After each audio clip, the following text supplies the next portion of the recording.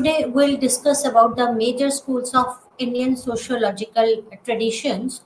In our previous lectures, we discussed about Indian sociology, how the sociology emerged in India, and today we'll discuss about the various major schools of Indian sociological traditions. Right. The development, as we know that father of Indian sociology is G.S. Ghurye, right? And he headed the Bombay University Sociological Department of Bombay University for many years. And the development of sociology in India owes deeply to the contribution made by Orientalists such as William Jones, Henry Manet, Alfred Lear, Max Muller, and others. These scholars studied the rich ancient culture and philosophical traditions of India. It is for these reasons that they are known as Indologists, right? Indologist. What does Indologist mean? Indologist means those who have studied about the ancient Indian culture or the philosophical traditions of the India, like Max Muller, Henry Manet, William Jones, right? So those who Indologists are those sociologists or the those authors who have studied about the Indian culture, ancient Indian culture, and the philosophical tradition of India, right? One of the main tasks of this society, Indology is study of India and its culture. As I told you, what is Indology? Indology is nothing but the study of India and its culture, its traditions, right? And Sir William Jones established the Asiatic Society of Bengal in 1787. This is how, see, all these are the things which are responsible for emergence of various Indian sociological schools, right? So various Indologists like Sir William Jones and Max Muller, they are Indologists. They studied about India and its culture, and in this way, the Sir William Jones established an Asiatic Society of Bengal in 1787. He introduced the study of Sanskrit and Indology. Right. One of the main tasks of this society was the publication of a journal devoted to anthropological and Indological interest. Asiatic Society, Sir William Jones developed established Asiatic Society in 1787, right?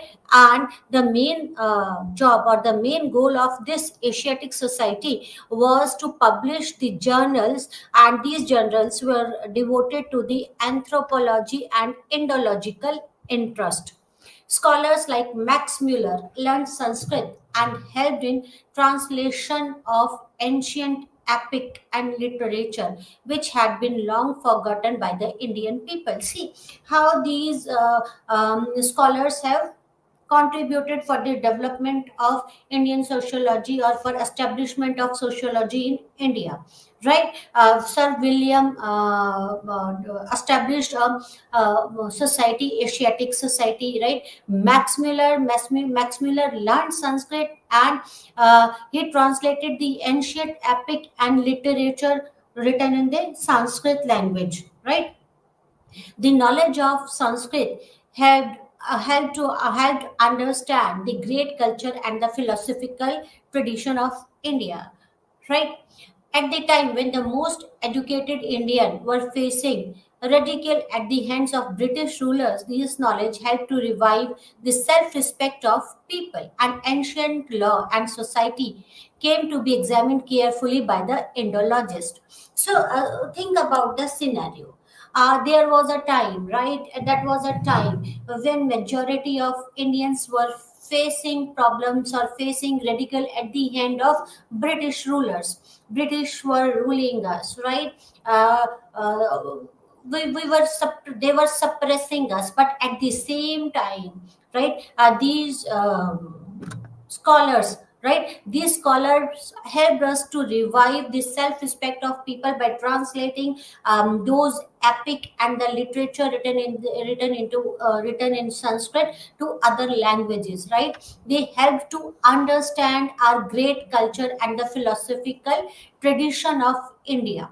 Ancient law and the society came to be examined carefully by the Indologist. Indologist carefully inspected the ancient laws and the society. They examined the ancient laws of India, society of India very carefully so that they could understand the structure of Indian society. And this helped the Indians. This helped Indians by reviving the self-respect of people.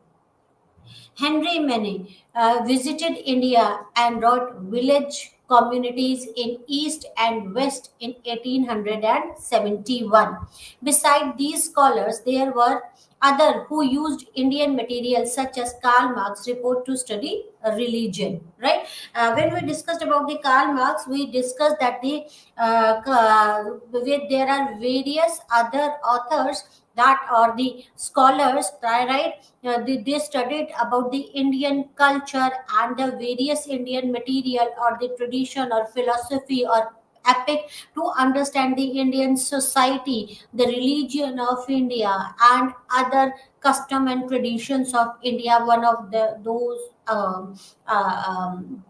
scholar is Karl Marx, right? So Henry Mene visited India and he wrote village communities in East and West in 1871, and other scholars like Karl Marx, right? They used Indian material to study about the religion, right? Okay. Next is Iravati Karve. Iravati Karve, who has extensively used the Indiological literature in her sociological writings, right? India, actually, Iravati Karve was from Burma, right?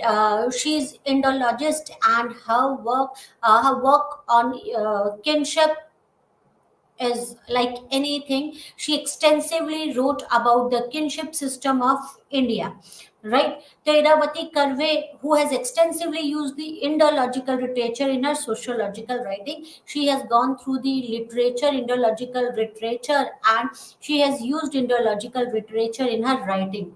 She was a student of G.S. Ghure in Bombay. G.S. Ghure, as I told you, G.S. Ghure is actually known as the father of Indian sociology, and he headed the sociology department at Bombay University for many years. So Iravati Karve was the student of G.S. Ghure, and G.S. Ghure, Iravati Karve, all these sociologists or the scholars are known as the armchair scholars. Why they are known as the armchair scholars? Because they use this literature to understand this society rather than doing the field work. They did their work on the basis of the literature. She did extensive field work in various regions of India. Her knowledge of Sanskrit helped her in understanding the ancient literature like sculpture, law book, and the epics. Uh, she used this data to understand the kinship organization in India, and her book, Kinship Organization in India, is one of the best analysis of kinship system found in India. Iravati Karve, as I told you, Iravati Karve worked extensively on the kinship system in India, and her book, that is the Kinship Organization in India, published in 1952, is one of the best book which analyzes the kinship system of India. And she used various ancient literature, law books, epic sculpture to understand this kinship system, right, of India. Her major work was Kinship Organization in India, which is divided the India into four zones and attempted their comparison. In her book, that is the Kinship Organization India, actually she divided the India into four zones, and then she tried to compare and contrast the kinship system of those four zones. The work starts with gynecologies of the characters in Hindu epics, Mahabharata, and incorporates the field notes from the different parts of India. She read Mahabharata intensively. That is why I told you that she was an armchair type of a sociologist, right? So she had gone through various Hindu epics, right, or literature, and then from that she incorporated the field notes from the different parts of the India, and in this way she wrote about the kinship organization in India, right? She wrote on Hinduism and gave a new interpretation. In her work, she combined her interest in the study of classics, that is called Indology by Western writers, with field studies. Right? She was awarded a special prize for her work Yugantar based on the Mahabharata. Right. So as I told you that she read that Mahabharata intensively, and she was awarded with a special prize for her work Yugantara, right? That Yugantara was based on the Mahabharata. Yugantara, there is a how the one yug is different from the other, Yugantara, and she was awarded with a special prize, right? And she wrote on Hinduism and gave it to a new interpretation, right? She has been hailed as the first feminist sociologist of India. The ancient Indian literature reveals a lot about the religion and society in India. Several sociologists are still making efforts to understand the Indian society through its literature, arts, etc. Right? So she was the first feminist sociologist of India, Iravati Karve, right? The credit goes to the Iravati Karve that she was the first Indian sociologist, a female Indian sociologist, right? And the various in ancient Indian literature, the ancient Indian literature reveals a lot about the religion, about the society in India, right? And it helps us to understand the actual composition of the Indian society, right? According to Cambridge Online Dictionary, the term school of thought means the set of ideas or opinion that a group of people share about a matter. Right? As I said, today's topic is various schools of Indian traditions. What does a school means? Right? School means school according to the dictionary, Cambridge Online Dictionary. The school of thoughts means a set of ideas or opinions that a group of people share about a matter. Right? When a group of people share about their opinions, their thoughts, right, about a matter, then it becomes a school of thought. Then it becomes a school, right? And the English word tradition comes from the Latin tradition, the noun from a verb trader or the trader, to transmit, hand over, or to give for a safekeeping. Sociological traditions in India means the intellectual traditions which reflects the pioneering contribution by the scholars in relation to society of India. What is the sociological traditions of India? What does the sociological tradition? Tradition means what? Tradition. We have taken this word tradition from the Latin word, right? Latin tradition word, which means to transmit, right? And to transmit. So what is the sociological tradition in India means? The sociological tradition in India means that there is a various intellectual traditions, right, which reflects the pioneering contribution by the scholars in relation to the society of India and is transmitted to the scholars, other scholars. Sociology and social and physical anthropology as a discipline and profession were introduced in India largely by the British scholar at the time when India was still Britain's colony. So the credit goes to British, right? That they introduced this sociology or social anthropology or physical anthropology to India as a discipline and a profession. They introduced this sociology or anthropology as a discipline and profession to the India, right? And these disciplines have been intertwined with each other both in colonial and post-colonial India. Srinivas and Penny have outlined the three phases of growth of these disciplines in India. Actually, British declared that the British that is the British actually introduced the sociology and social anthropology or physical anthropology to India, and this sociology and anthropology are intertwined, right? They have been intertwined with each other, even in the colonial period or the post colonial period. They are intertwined, and Srinivas and the Penny have outlined the three phases of growth of these disciplines in India. How these disciplines have had grow, how these discipline has emerged in India. And Penny and Srinivas said that there are the three phases, that phases of the growth of the sociology and anthropology in India.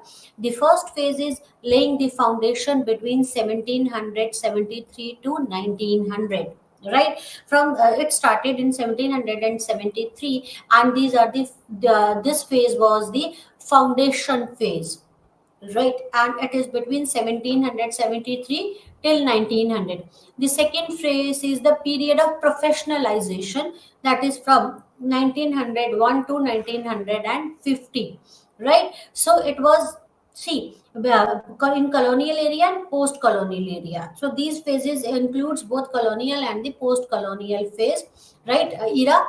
That is, the first foundation was between 1773 to 1900. The second phase is the professionalization phase of these subjects, that is from 1901 to 1950.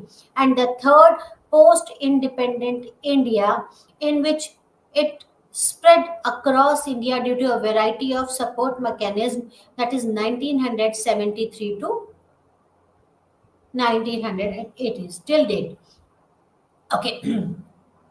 Dhangare is of the view that the early writings by the British scholar on the colonial India helped the colonial masters to make sense of that vast land inhabited by the numerous castes and communities and following innumerable ways of life. See, why they introduced or established this sociology or anthropology in India. The Britishers introduced or established it as a subject, or they introduced it in the India so that they can understand the organization of the Indian society, so that they can rule us in a better way. The objective was that, right? So Dhangre is of the view that the early writings by the British scholars on the colonial India helped the colonial masters to make sense of this vast land inhabited by numerous castes, so that they can understood about the caste structure, about the social structure of the India, so that they can rule us and communities, right? They can understand the way of life of Indian communities, caste, and they can understand the social structure of the India. Indigenous scholars taught and groomed in the foreign universities were instrumental in establishing the earlier department of the sociology and anthropology, right? So actually these scholars, indigenous scholars, were taught and groomed in foreign universities. They were taught, they were groomed in the foreign university, and they were instrumental in establishing the earlier department of sociology and anthropology. Like, first at the Bombay, the first department was established at the Bombay and was headed by G.S. Gure.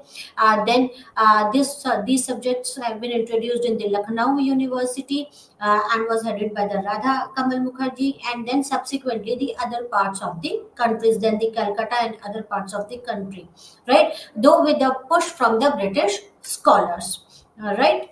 The of the department engaged with teaching sociology and anthropology at Bombay University and Lucknow University become the centers of teaching learning process of caliber that they begin to be addressed as a school, right? So those department which have been started in the Bombay, at Bombay University or the Lucknow University, they become the center of teaching learning process, right? Teaching learning process, they become the center of teaching learning process of such caliber that they begin to be addressed as a school, right? So you can understand what I told you. What is the school? What is the school is when a group of people or when a group of scholar share their thoughts about a matter, then it becomes a school. And the department at the Bombay University, at the sociological department at Bombay University and Lucknow University, become the center. They became the center of teaching learning session of such caliber that they begin to be addressed as a school. That term school needs to be cautiously used, as in a stricter sense, neither Bombay nor Lucknow can be seen as a school the way Chicago or Frankfurt are understood, as they were distinct in their approach. Okay. A.R. Desai. We'll discuss about A.R. Desai. A.R. Desai, in spatial sense, belonged to the Bombay school, and his sociological perspective is best understood as being the Marxist. A.R. Desai is Indian sociologist, and he was influenced by Karl Marx. We can see the influence of Karl Marx in his writings. Right? He belongs to the Bombay school and is a Marxist in his writing. Right? G.S. Ghure belongs to the Bombay school and his writings are Indological in nature. G.S. Ghure is known as the father of Indian sociologists. He headed the sociological department of the Bombay universities and his of Bombay school, and his writings are Indological in nature. Indological in nature means he tried to understand, he tried to interrogate, or he tried to explore the Indian society using the Indian literature, right? Right. So we can say that the study Desai and Ghure, both in terms of their spatial locations and theoretical dispositions. Iravati Karve pioneered family and kinship studies in India, yet she did not either belong to the Bombay or the Lucknow school. Iravati Karve is known as the first feminist Indian sociologist, right? And her work is on the kinship and the family structure of India, right? She is the pioneer of family and kinship system in the India, but she did not belong either to the Bombay school or the Lucknow school. Radha Kamal Mukherjee and DP Mukherjee both were at the Lucknow school and can be considered as contemporaries. Radha Kamal Mukherjee was trained economist who experimented with the social ecology and then arrived at the sociology through his studies on the value system in India. G.S. Gure extensively wrote about the caste system in India, while Radha Kamal Mukherjee, who headed this Lucknow, who was from the Lucknow University and headed the sociological department of Lucknow University. He was a trained economist and he experimented with the social ecology and then arrived at the sociology through his studies on the value system in India. He extensively wrote about the value system. His is on the value system of India. Radha Kamalji's work is on the value system in India.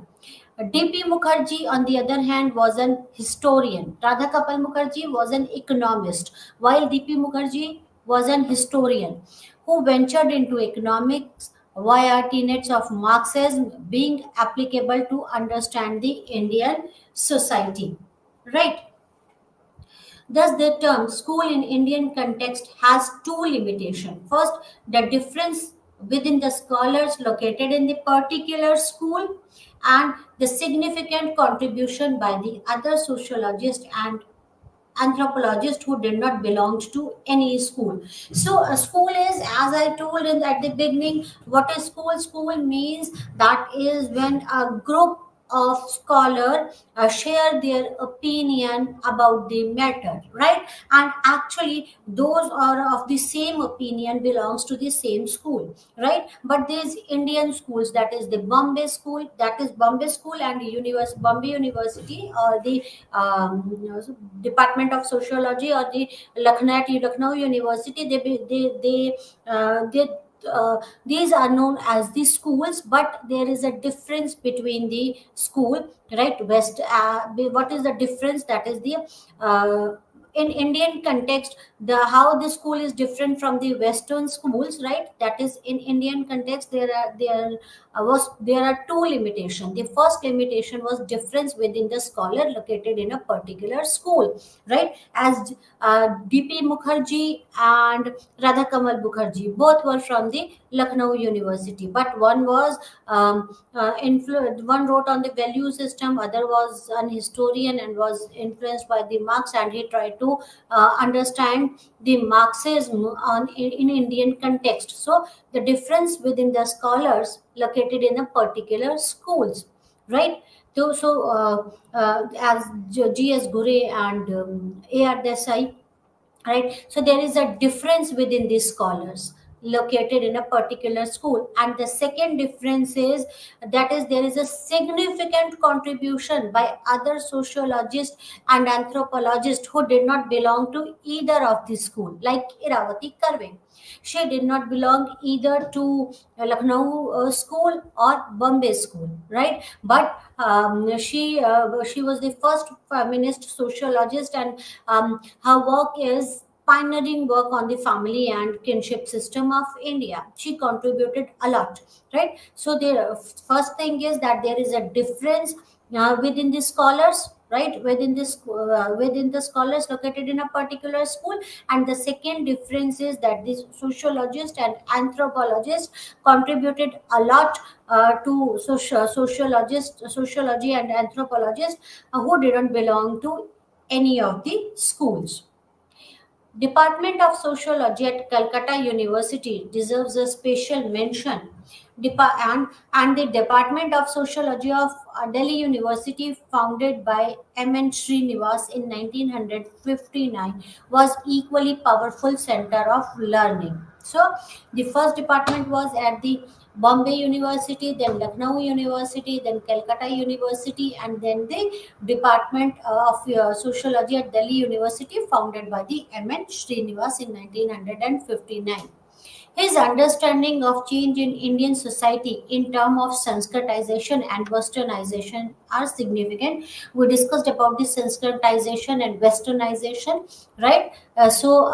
His work is significant. His understanding of changes in India is significant. That is Sanskritization and Westernization. Westernization is that the Indians, that the influence of West on Indian society is westernization, and the sanskritization is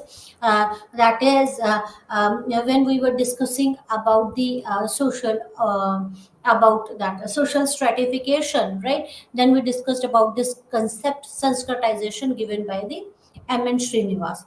Then the Patrick Geddes in 1854 to 1932 was founder head of Department of Sociology and Civic at University of Bombay from 1919 until 1924. So it was Patrick Geddes, right, who established this sociological department at University of Bombay, and he headed that department right from 1990 until 1924. He was the founder head of the Department of Sociology and Civic at University of Bombay, right? His major writings are chapters in modern botany, city development. Patrick Giddings wrote extensively about the urbanization, right? So his major writings are chapters in modern botany, city development, a study of parks, garden and culture, institute and cities in evolution, and introduction of town planning movement in study of civics. Patrick Giddens, as we all know, that um, he extensively wrote about the urbanization. The India's first women anthropologist and hailed as a first feminist sociology of India, Iravati Karve became head in 1939 of a newly established Department of Sociology and Anthropology of the Deccan Postgraduate College and Research Institute, Pune. Right.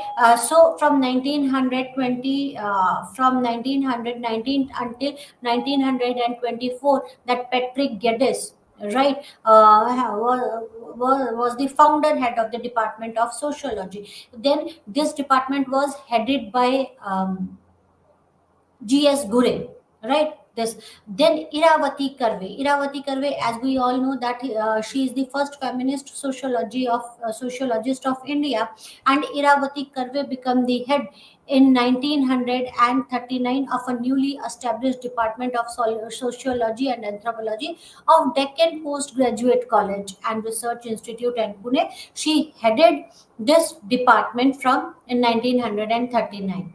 Her first-hand knowledge of Sanskrit literature was instrumental in understanding of Indian society, Hindu Indian society. Right?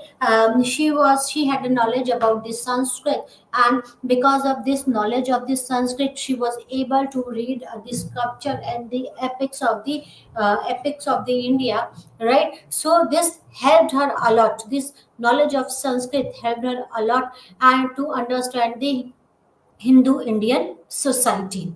Kinship organization in India by Curvey is both a pioneer and exhaustive study of kinship among the anthropologists in India. She extensively studied about the kinship system of India, the family structure, the kinship structure in India, right? And her book, that is the Kinship Organization in India, is pioneering and exhaustive study of kinship work, right?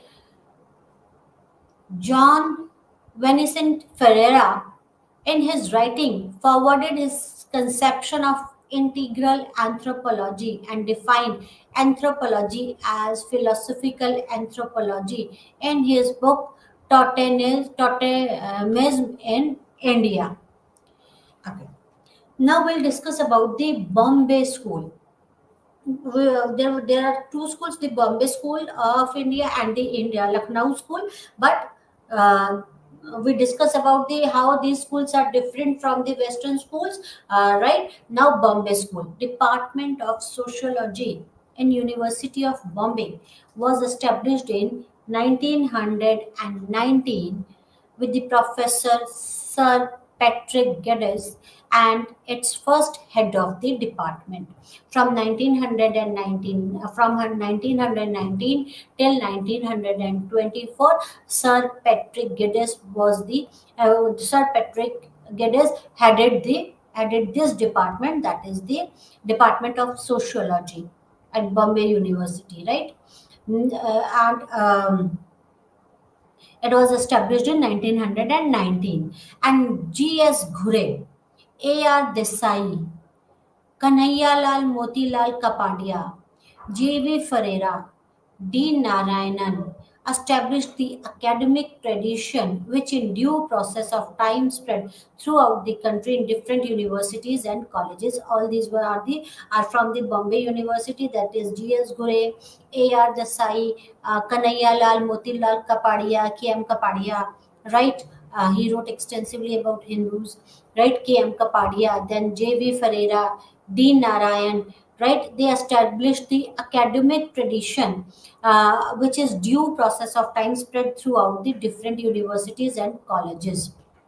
The theoretical orientation of Bombay School varied from Indology, integrated anthropologies, Marxist and urban sociology, ecology, along with Hindu kinship by Kabadia. So, how see this was the first difference of India and Lucknow school, that is the Indian schools from Western school, that is on the basis of these scholars, right? So that is the theoretical orientation of Bombay School varied from the Ghure was an Indologist, right? Indologist means he study about the Indian tradition through epics and the ancient books.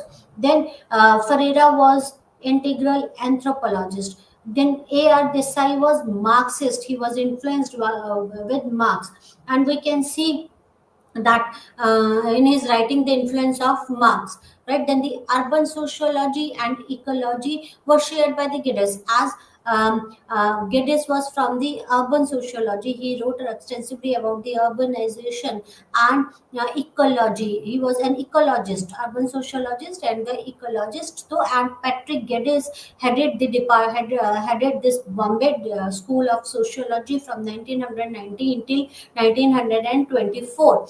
And K.M. Kapadia wrote extensively about the Hindu kinship system.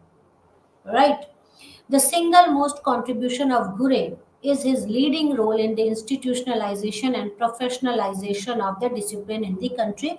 It was the Gure, right, that he contributed a lot, or he played an important role, a leading role in institutionalization and professionalization of discipline in the country.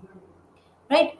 Another notable figure of Bombay School was K.M. Kapadia, Kanayalal Motilal Kapadia, who in Hindu kinship, an important chapter in Hindu social history, which was based on the Indological source, emphasized on the structural aspects of family. So, G.S. Ghure was a prominent figure of Bombay University. Another notable figure of Bombay School was K.M. Kapadia. K.M. Kapadia extensively worked, his work is extensively on the Hindu kinship system. Right. Indology is scientific study of any society through its classical sacred texts. So, as I told you, what is Indology? When you use your sculptures, books to study about the about India. So, Indology is scientific study of any society through its classical sacred text.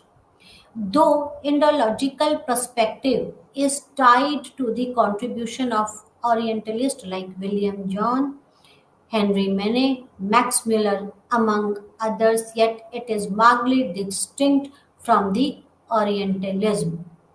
Right?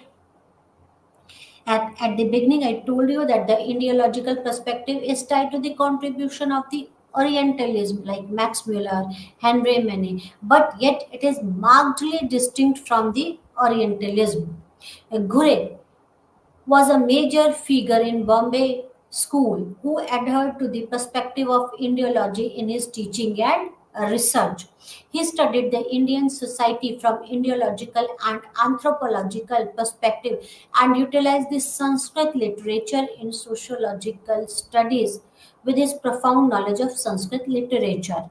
Right, he had a knowledge about the Sanskrit literature, and he used this knowledge, right, and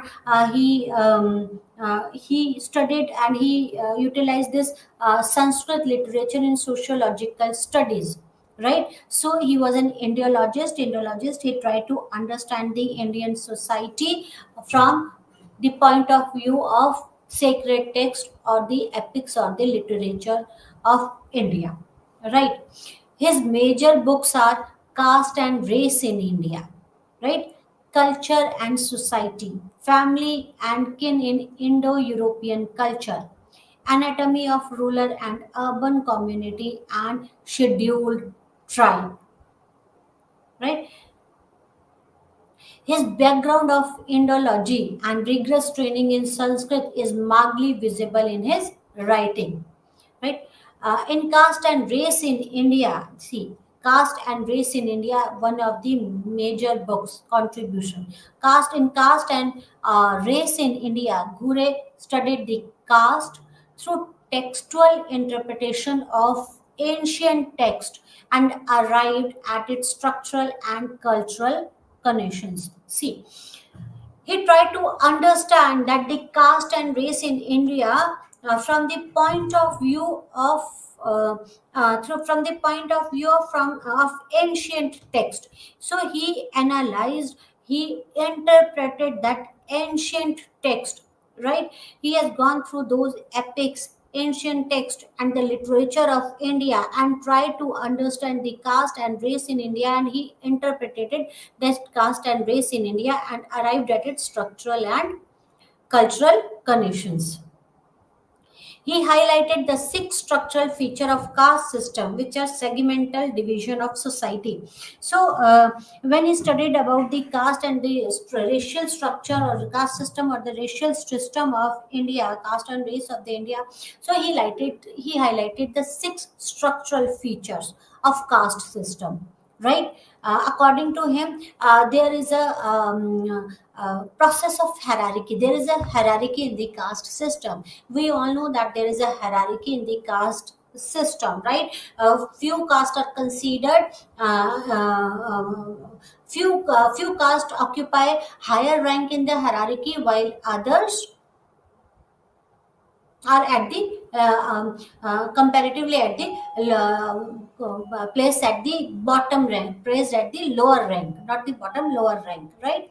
So there is a hierarchy in the caste system, right? And the Brahmins are at the top of that hierarchy. Then comes then comes your Brahmins, then traders, and then warriors, and then Shudras, right? But there is a concept of pollution and purity. Few castes are considered as polluted, while few are considered as pure caste, right?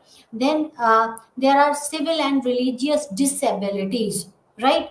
And privileges of different section. Different privileges have been given to the different sections. What one section can do, what one other cannot do. There are different in privileges to the different sections. There is a lack of choice of occupation, right? People usually have it was considered that people should opt the occupation according to the caste, right? Brahman will opt the child of a Brahman will opt the occupation of Brahmins, right? And the trader's child will choose the occupation of his fathers, right?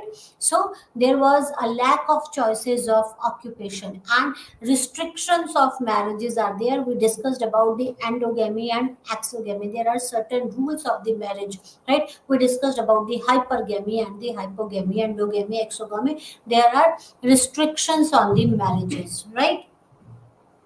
He viewed endogamy as the most important feature of the caste system, and caste is also linked with the kinship through caste endogamy and also clan exogamy. Right? So, endogamy and exogamy decide there are rules of marriages, whom one can marry and whom one cannot marry. Right? So, endogamy and exogamy. In his writing on the tribes in India, he highlighted them being a backward caste Hindus due to their imperfect integration into Hindu societies. Right. So he studied about the tribes in India, and according to G.S. Gure, right, these tribes are the backward caste Hindus. Why he called them as a backward caste Hindus? Because of their imperfect integration into Hindu society. They were not perfectly integrated into Hindu society, right? But they somehow follow the rules and traditions of the Hindus, right? An example of Santhals, Bhils, Gonds, who live in the south and the central India, south central India. He argued that tribes are not distinct from the caste, but also emphasized on the assimilation of tribes in socio-cultural and political administrative sense into Indian nation state. Right? Marxist approach of study society in India is based on the tenets of Marxism, and Marxism view of society in terms of material base reflected in the mode of production. And A.R. Desai A.R. Desai, as we know that A.R. Desai was influenced by Marx. This society is composed of the basic structure and its base and superstructure and its cover. The basic structure is mode of production. The superstructure consists of social institutions like polity, religious practice, and the social relations. Right? See, the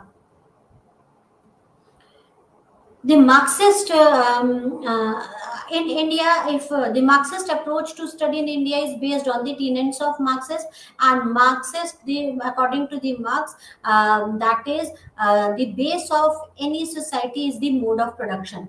Marxism view of society is in terms of the material base, that is the mode of production. The society, according to this society is composed of the basic structure, right? This structure as the base and the superstructure at its cover. See, as Marx said, that there is a base of the society, and economy or the mode of production is the base of the society. And there are then on the on this base there is a superstructure, right? There is a superstructure as it covers, and the basic structure is the mode of production, and the superstructure consists of the institutions like polity, like religion, like values, right? And the social relations, all these are the superstructure. And according to this, according to Marx, this superstructure is actually responsible for the separation of working class, right? The capitalists form this superstructure so that they can dominate the working class, right? And the class which owns and control the base structure is the one who determines the superstructure through its dominant ideology. This is what I told you, right? That is the superstructure was formed by the capitalists so that they can suppress or they can dominate the working class, right? Scholars like D.P. Mukherjee, D.D. Kosambi, A.R. Desai, P.C. Joshi, and others have studied the Indian society from Marxian perspectives by applying the dialectical historical approach. We discussed about the dialectical historical approach of Marx in our previous lectures. So, D.P. Mukherjee, right, or D.D. Kosambi, A.R. Desai, and P.C. Joshi all were of the Marxist types of scholars. A.R. Desai was a key figure in Bombay School who was in line with the Marxian tenets in orientation. His main works are the social background of Indian nationalism, recent feature of Indian nationalism, state and society in India, peasant struggle in India, India's path of development, along with the anthology of rural sociology in India. Desai was of the opinion that Indian state has chosen the capitalist path of development by applying Marxist method to study Indian society. Right? For him, Marxist method of analysis includes delineating nature of means of production, the techno-economic division of labor, the social relations of production of a given society. Right. So he was influenced by the Marx, and according to him, the Marxist method of analysis includes that you should understand the means of production, the relationship of techno-economic divisions of the labor, the social relationships of the production of any society. The first set of his writing can be seen as writing on the rural society in transition, so as to understand the agrarian structure or class formation in rural India during and after British colonialism. Right? Account of organized struggle of peasant across rural India are depicted in the peasant struggles in India and agrarian struggle in India after independence. So he extensively covered or wrote about the peasant struggle in India and agrarian struggle in India after independence, right?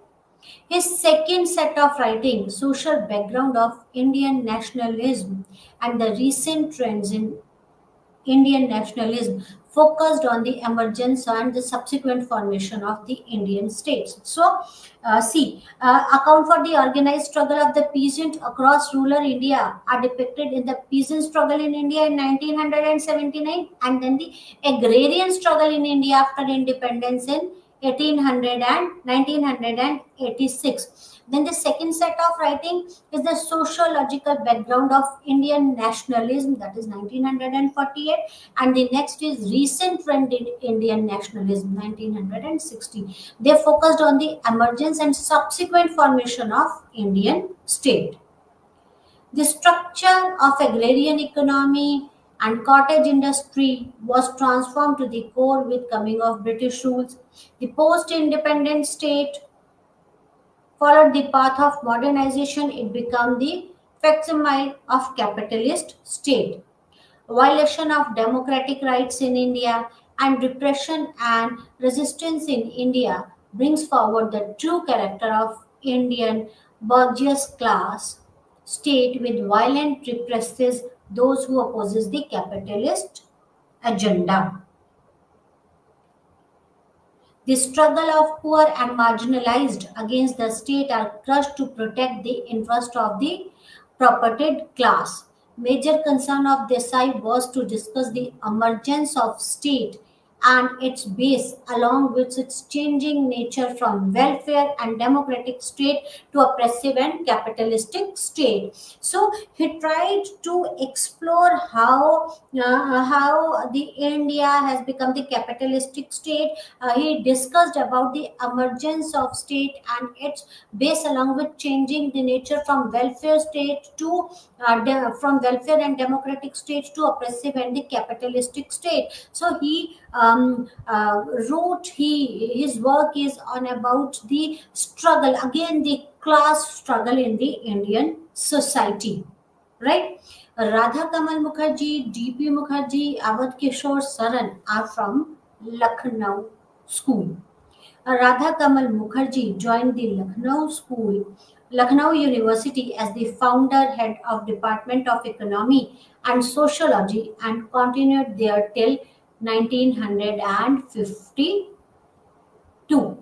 So Radha Kamal Mukherjee the founded and headed Department of Economics and Sociology at Lucknow University. Writing of Radha Kamal Mukherjee on economics, demography, sociology, and ecology is ongoing anti-colonial nationalist movement. The writing of Binoy Kumar Sarkar, Brajender Nath Seal, and Patrick Geddes influenced him in formulating his initial ideas. So he was influenced by Sarkar, Brajender Nath Seal, and Patrick Geddes. He academically blended economics, history, and sociology, and thus argued for the multiplicity and plurality of the knowledge. He strongly argued that the economic theorizations and model of Western countries are not suitable for India. So, according to Radha Kamal Mukherjee, that the economic theorizations and the model of Western countries that developed in the Western countries are not suitable for the India, right? At the level of knowledge as well as at the level of practicality. He was a genuine critic of Eurocentric approach to development. It is so because Indian economy is still agrarian and is rural in its orientation. So, according to him, that is economic theorizations or these models of the Westerns are not well suited for the Indian society because Indian society is still agrarian and rural in its orientation. The Western economic model of growth are not suitable to address the economic backwardness and mass poverty. Rather, they are disastrously result in the rural unsettlement and decline of the agriculture, right? Because of the industrialization, people started moving from rural backgrounds to urban areas. So, according to Radha Kamal Mukherjee, right, this Western economic model of growth are not suitable to address the economic backwardness and the mass poverty of India. Rather, it is destabilizing the Indian society, right? Such arguments found in eco in foundation of Indian economics and the Borderlands of Economics, which along with other writings stand out the critic of Western modernity in the name of progress. So he wrote all these things in his writings or the books. He argued for the traditional organic village built on mutuality between agriculture and industry. He contributed immensely to the sociology of values through the social structure of values, the dynamics of the morals, wherein he focused on the justice, love, solidarity, and goodness as intrinsic and universal values of human being. So he is extensively wrote about the values and morale, and he focused on the justice, love, solidarity, and goodness, right, as intrinsic and the university values of human beings, right. In formulating his alternative view to progress and development, Mukherjee highlighted the uniqueness of both the Indian history as well as the value system. He extensively wrote about the value system of India. The village of India, given the right kind of the state support mechanism, can overcome its slow growth. So according to Radha Kamal Mukherjee, if state helps villages, then they can come out, then these villages can perform better.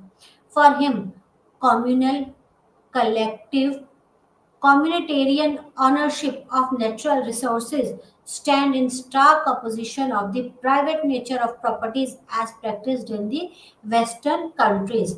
So, according to him, that collective, communitarian, or the communal ownership is in contrast with the capitalistic society of the Western countries. The private nature of the property is exclusionary in its approach, whereas the traditional culture ethos is not. He emphasized on the indigenous cultural concept to be employed to Indian society and thus attempted to counter the ethnocentrism of the Western social theories. So he emphasized on the indigenous culture concept to be employed to study the Indian society. According to him, that one should study the indigenous culture if you want to understand the Indian society rather than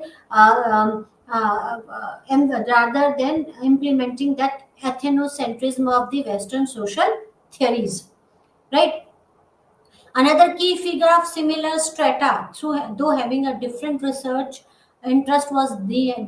Majumdar, who was an anthropologist by training and became the head of newly established department of anthropology in 1951 at Lucknow University. D.N. Majumdar. So today we discussed about the various major schools of Indian sociological traditions, right? So there are two schools of Indian sociology, right? In India there are two schools of sociology. First is the Bombay School, and the another is the Lucknow School. Patrick Geddes is the one who was the founder head of the Bombay School, right. And then scholars like A.R. Desai, and then G.S. Ghure, right? All these are from the Bombay schools, and while Radha Kamal Mukherjee, D.P. Mukherjee are from the Lucknow school, right? How these schools, how the Bombay school, the Indian schools are different from the Western schools. There are basically because of the two reasons. The first reason is that because of the difference, because of the different types of scholars are there in the schools. Like A.R. Desai influenced by the Marx, right? While G.S. Ghure was an Indologist, right? Patrick Geddes was ecologist, or urban sociologist, right? And second is there are the scholars who contributed a lot to Indian sociology, while they don't belong to either of these schools, right? Like Iravati Karve. Iravati Karve neither belong to Bombay school or the Lucknow school, but she contributed a lot, and she extensively wrote about the kinship system of the India, that and kinship organization of India, right? She headed the Deccan Institute at Pune, right? Shiravati Karve headed this Deccan Institute at Pune, right? While G.S. Ghure became the head of Bombay School, and Radha Kamal Mukherjee headed a Lucknow school, right? Then there were schools. Then there were the departments at Calcutta University and Delhi University. So today we discussed about the major schools of Indian sociological tradition. That's all for today. Thank you very much. Namaskar.